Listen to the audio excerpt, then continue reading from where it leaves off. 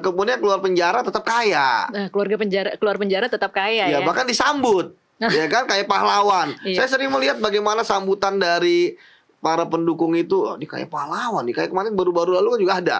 Ya kan? Saya pikir jangan-jangan hanya di negeri kita ini koruptor dianggap sebagai pahlawan kan begitu.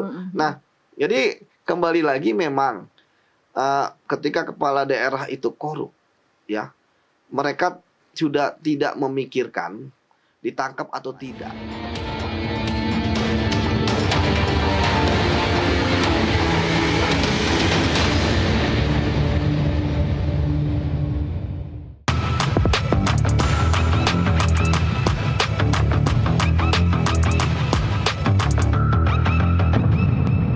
Enam bulan berjalan di sepanjang tahun 2026 ini, 9 kepala daerah terjaring kasus korupsi. Jika dihitung sejak Pilkada serentak 2024, 15 kepala daerah ditangkap karena kasus korupsi. Mengapa kepala daerah kerap terjebak kasus korupsi? Kita akan bahas dalam Kasih Paham edisi kali ini bersama dengan mantan penyidik KPK 2013-2021, Yudi Purnomo Harahap. Selamat malam Mas Yudi. Selamat malam Mbak Tasya. Terima kasih sudah hadir di studio kami. Mas Yudi, kalau kita mengamati 3 kasus terakhir, 3 kasus yang melibatkan kepala daerah, Bupati Kuantan Singingi, kemudian Bupati Langkat, dan Bupati Sukoharjo. Apa yang mungkin bisa diambil benang merahnya dari ketiga kasus ini? Adakah sesuatu yang baru dari kacamata Anda sebagai mantan penyidik? Kalau kita bicara mengenai modusnya B aja. Biasa saja dan selalu dilakukan sama seperti 200 kepala daerah yang lain. Kenapa? Karena biaya politik dan untuk ikut dalam kontestasi demokrasi pemilihan pilkada langsung yang begitu besar mengakibatkan biaya mereka secara pribadi membengkak. Biayanya ada yang dari mereka sendiri, kemudian ada juga yang dari para donatur-donatur yang kalau dalam dunia perpolitikan kita sebut sebagai bohir. Bohir ini biasanya mereka ya akan memberikan pinjaman tanda kutip sesuai dengan kemampuan mereka. Mungkin ada 15 miliar, 20 miliar, 25 miliar. Ada yang nanti perjanjiannya itu akan diganti dengan proyek ya, karena no freelance ya, tidak ada makan siang gratis.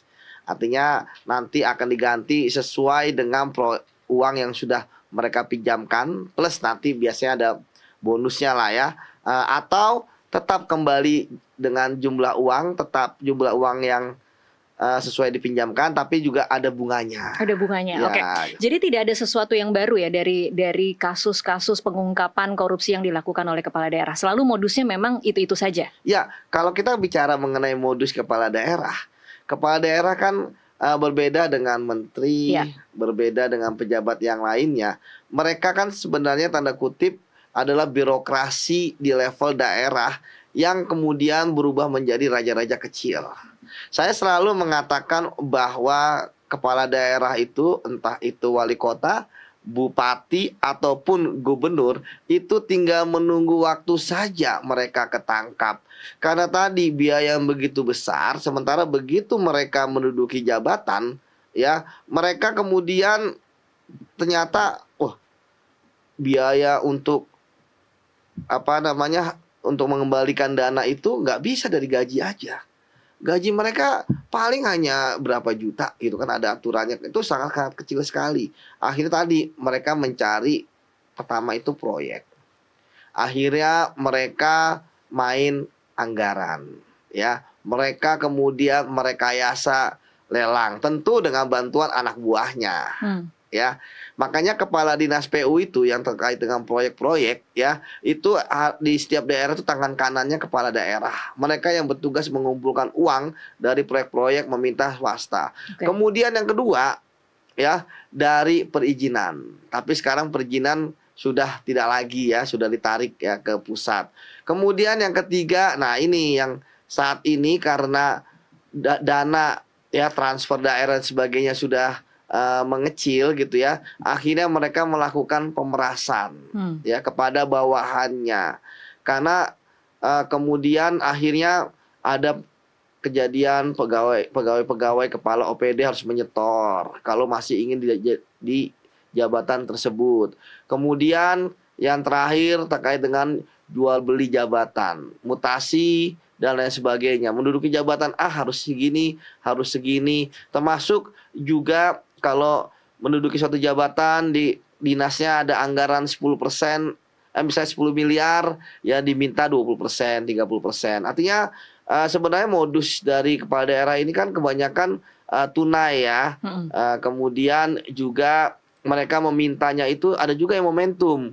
Misalnya hari raya, makanya menjelang hari raya kan banyak OTT atau menjelang Kenapa tahun baru. hubungannya hari raya dengan OTT? Karena mereka butuh uang banyak. Ya untuk kan? bagi-bagi lagi. Untuk bagi-bagi lagi dan sebagainya. Jadi ya semacam itu ya Robin Hood versi koruptor gitu ya. Mereka ngambil duit tapi bagi-bagi. Tapi kan bagi-bagi itu ada pamrihnya juga supaya mereka nanti akan dipilih lagi. Nah, ditambah juga dengan birokrasi yang di Pemda itu bagaimana anak buah itu yes bos aja. Ya, anak buah itu diperintahin melakukan pelanggaran hukum mau aja.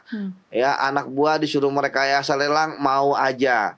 Memenangkan si A si B pengusaha mau aja. Karena kenapa seperti itu? Karena para pegawai di daerah ya kan itu mereka terbelenggu. Ya, kalau mereka nggak ikut, mereka nanti dinonjobkan, difungsionalkan, dipindahkan ke daerah yang jauh. Ya, atau kemudian mereka yang sebelumnya menduduki jabatan strategis jadi nggak strategis. Sementara di daerah ada semacam psikologis ya, ketika dia jadi PNS ya dia menduduki jabatan karena prestise gitu kan. Jadi seperti itu, sehingga kalau kita melihat ya akhirnya banyak kepala-kepala OPD yang terjerat juga ya korupsi bersama-sama dengan kepala daerah. Dan memang satu lagi yang terakhir Mbak Tasya yang menarik, bahwa tidak pernah ada kapoknya kepala daerah untuk kemudian melakukan korupsi lagi. Saya bulan lalu ketika ada OTT kepala daerah ya, itu saya katakan bahwa besok pasti akan ada dan terbukti kan 3 yang tadi Mbak Tasya sampaikan, Langkat ya kan, Kuangsing ya kan, kemudian Sukoharjo yang terakhir. Kita mau lihat, mungkin saya ingin lihat lebih rinci ke tiap kasus ya, Mas Yudi, supaya kemudian kita bisa menganalisa kira-kira modus mereka tuh seperti apa. Kalau untuk Suhardiman, Kuansing, itu modusnya dia meminta mobil, ya kan, meminta mobil Land Cruiser yang ternyata sudah dilakukan pada periode sebelumnya kepada orang yang sama juga, membeli Pajero 700 juta. Ini pada 2 kandidat Sekda, Fahdiansyah dan Zulkarnain. Kemudian dia juga memotong penghasilan petani dari koperasi unit desa. Kalau Syah Afandin ini meminta fee ke Yakub Abdal Al-Mu'arif, ini dari swasta, tapi juga tim ses dia ketika maju dalam pilkada. Minta fee 10% dari proyek Disdik dan 17% dari proyek Disperkim. Kemudian sudah dibayar, dicicil tampaknya dari pihak swasta itu, kemudian minta lagi 300 juta untuk komitmen fee-nya. Ini kalau lihat dari 2 ini saja, kita belum bahas untuk etik ya Mas Yudi. Dari 2 ini saja kok terasanya kepala daerah hampir mirip seperti lintah darat jadinya ya Mas Yudi? Ya, karena kepala daerah ini kan mereka merasa sebagai raja-raja kecil. Kemudian ini kan juga warisan kolonial ya, ketika bupati gitu ya, itu merupakan perpanjangan tangan dari pemerintah kolonial Belanda, ya kan, dan itu kan akhirnya sampai sekarang. Jadi ketika orang menjadi kepala daerah, dia merasa dilayani, dia merasa bukan pelayan dari masyarakat, apalagi yang korup dan tidak berintegritas. Kalau tadi disebutkan modus-modusnya Mbak Tasya, itu kan modus-modusnya hanya modifikasi saja. Misalnya tidak menerima langsung, tapi dalam bentuk mobil yang dikreditkan, gitu kan. Kan saya tidak terima uang ya, tapi kan terima mobil. Ya kan, kemudian VV proyek. Dan tadi tim sukses kan juga sama, tadi saya katakan. Bohir-bohir yang jadi tim sukses kan, akhirnya dia mengerjakan proyek, ya kemudian dia juga harus menyetor juga. Seperti itu. Jadi sebenarnya tidak ada modus yang signifikan. Karena sebenarnya korupsi para bupati ini sebenarnya nggak terlalu canggih. Karena mereka masih melibatkan uang tunai, masih yang ada dalam rentang kendali mereka, entah itu anggaran, entah itu mutasi, ya kan, entah itu lelang jabatan, dan batasan yang paling menarik juga bagaimana kalau ada suatu kasus pengadaan barang dan jasa, ya pasti kepala daerah itu kena bareng dengan kepala dinas PU. Iya. Ya itu bukan pasti sih, sebagian besar banget ya. Kalau ada yang anomali ya, saya nggak tahu itu kenapa ada anomali. Tapi seharusnya kepala dinas PU kena sama bupatinya atau gubernur ataupun wali kota. Sama seperti kalau misalnya kepala daerah kena OTT KPK terkait dengan sekda. Nah, itu udah bisa dibilang bahwa itu terkait dengan lelang jabatan, mutasi, ya kan, karena sekda itu kan pejabat tinggi yang mengatur mutasi, rotasi dan sebagainya, ya kan. Artinya di sini kita bisa ngelihat Polanya sebenarnya sebenarnya sama. polanya sama dan itu saja, dan saya selalu mengatakan KPK tinggal nunggu waktu aja. Karena Jadi kalau menangkap, bisakah Mas Yudi katakan bahwa sebenarnya ini dilakukan oleh semua kepala daerah? ya kita nggak bisa nuduh seperti itu. Tetapi dari yang kebanyakan ketangkep, ya kan modusnya sama. Yang kedua, kebutuhan mereka akan uang sama. Kemudian yang ketiga, mereka juga harus merawat jaringan mereka. Ya, yang keempat, mereka kan selama 5 tahun menjabat, kekuasaannya sama. Mereka punya kekuasaan dalam anggaran, mereka punya kekuasaan terhadap PNS atau birokrasi, ya seperti itu. Terkadang apakah kemudian tidak berintegritasnya itu terjadi pada saat menjabat? Tidak. Saya selalu mengatakan bahwa mereka sudah punya niat dari awal untuk korup. Bukan karena begitu menjabat, oh kayaknya duitnya banyak. Enggak, pasti mereka ketika maju sebagai kepala daerah mereka sudah paham. Ini baru yang tadi saya katakan kalau dia tunggal ya. Ini kalau bicara dinasti lebih sadis lagi. Ya. Oke, kita bahas yang etik ya, karena nyambung dengan dinasti nih. Karena kan ini kan kelanjutan dari tradisi suaminya kalau menurut KPK kemarin dikatakan ya, bahwa Sukoharjo ya. Iya, Sukoharjo, etik Suryani. Dia jadi modusnya modus setoran upah pungut pakai kode perintah. Kode perintahnya lucu sih. Kalau bisa dikutip, Podokno karo Bapak. Podokno karo Bapak. Jadi ini kan memang mau menunjuk bahwa yang periode-periode sebelumnya juga seperti ini. Dan menariknya karena KPK sampai menyita 21,2 miliar rupiah dan ada emas 2,5 kilogram logam mulia. Nah, dan ini memang memeras, tapi kemudian juga meminta kepala BPKAD untuk menarik 40% dari insentif yang diterima pegawai. Ini kan berarti sesuatu yang sebenarnya sudah terjadi menahun ya Mas Yudi. Ini tidak adakah menurut Mas Yudi sebagai mantan penyidik alarm yang sebenarnya seharusnya bisa mencegah sebelum ini kemudian berlangsung dalam berapa? 3 mau 4 periode berarti sekarang? Ya, sebelumnya tentu saya harus menjelaskan dulu mengapa sistem demokrasi di Indonesia itu ada kelemahan. Karena orang yang buruk tapi kemudian karena dia mampu untuk bisa memenangkan ya konstelasi demokrasi, ya karena mungkin dia mendapatkan dukungan yang besar dan sebagainya, padahal kan masyarakat nggak tahu dia sebenarnya seperti apa, misalnya korup dan sebagainya, akhirnya terpilih lagi. Ketika terpilih, ya kan sekarang maksimal kan 2 periode 10 tahun, ya sementara 10 tahun biasanya orang itu masih punya kemampuan, masih sehat, masih segar, tapi mereka masih ingin berkuasa, hasratnya akan kekuasaan. Akhirnya mereka ngapain? Akhirnya anaknya atau istrinya dimajukan. Sistem dinasti ini dari pengalaman saya sebelumnya yang terjadi adalah pemerintahan berikutnya itu adalah bonekanya. Sebenarnya suaminya inilah yang kemudian mendominasi. Ya. Justru kepala dinas atau kepala OPD lapornya kepada suaminya. Ya, istrinya yang jadi bupati misalnya itu hanya seremoni, ya kan, gunting pita, peresmian gedung gitu kan, atau memimpin rapat-rapat ringan. Tapi kepatuhan dari birokrasi justru bukan ke istrinya, karena orang paham bahwa sebenarnya berkuasa adalah suaminya. Nah, inilah yang kemudian ya kita melihat bagaimana ya rumah dinas tidak berpindah dari keluarga itu. Kalau misalnya 10 tahun suaminya 10 tahun istrinya. Kemudian 10 tahun anaknya, 30 tahun keluarga itu ada di rumah dinas. Entah besok cucunya. Iya. Ya, ini yang menarik memang. Tapi ya, kalau kita bicara mengenai Bu Etik ya, yang kemudian kemarin Sukoharjo, ini kan tentu ada hal yang sama ya, bahwa ternyata periode sebelumnya suaminya bukan hanya mewariskan kekuasaan, tapi juga mewariskan legacy ya untuk korupsinya.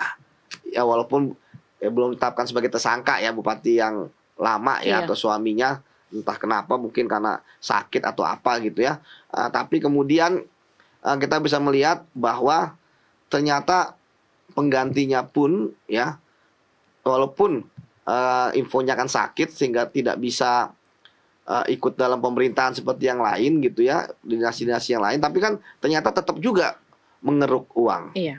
Dan ini yang bagi saya sangat menarik, bahwa uangnya kan juga banyak. Banyak. Ya, mungkin kalau nggak salah dia hanya 2M ya selama berapa tahun ya, tapi kan kalau lihat 21M kan udah bisa ketebak lah. Iya. Ya kan, itu uangnya dari mana saja, termasuk emas 2,5 kilo. Memang sekarang emas ini jadi primadona, harganya mahal, bentuknya kecil. Iya. Jadi banyak koruptor-koruptor yang kemudian menggunakan emas sebagai sarana ya untuk suap, gratifikasi atau pemerasan. Nah, kembali lagi kan orangnya juga sama ya, yang lalu dengan yang sekarang gitu kan. Istilahnya kurir-kurirnya ya kan, pemungutnya, tapi kan akhirnya yang jadi korban adalah pegawai-pegawainya. Kasus yang sebelumnya bagaimana pegawai-pegawai yang diperas itu harus ya minjem duit ya kan, entah mungkin pinjol atau menggadaikan sertifikatnya, ya kan, kasihan. Sementara akhirnya yang terjadi birokrasi bukan lagi berdasarkan merit system. Orang menduduki jabatan karena bayar. Ketika orang menduduki jabatan karena bayar, yang terjadi apa? Trickle down effect.